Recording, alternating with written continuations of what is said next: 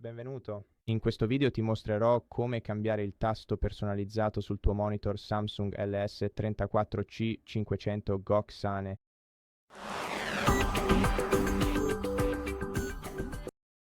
Quindi, prima di tutto, ti dirò dove si trova il tasto personalizzato.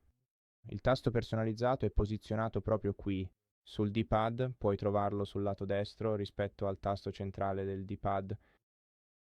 Quindi devi premere il tasto centrale del D-pad, poi quello a destra e potrai selezionare la funzione personalizzata. Tutte le altre funzioni sono predefinite.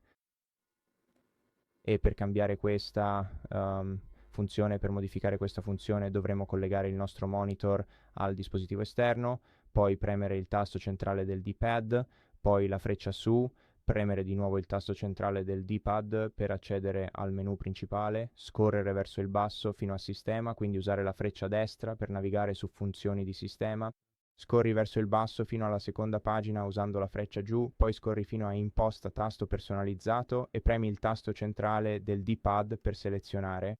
E ora abbiamo tutte queste funzioni disponibili che possiamo usare come funzioni personalizzate. Quindi ora, una volta che abbiamo selezionato una diversa, per attivarla usando il tasto personalizzato, dobbiamo premere di nuovo il tasto centrale del D-pad, la freccia destra e poi selezionare la funzione personalizzata senza accedere al menu principale. E questo è tutto. Grazie per la visione. Se ti è stato utile, iscriviti al canale, lascia un like e un commento e alla prossima.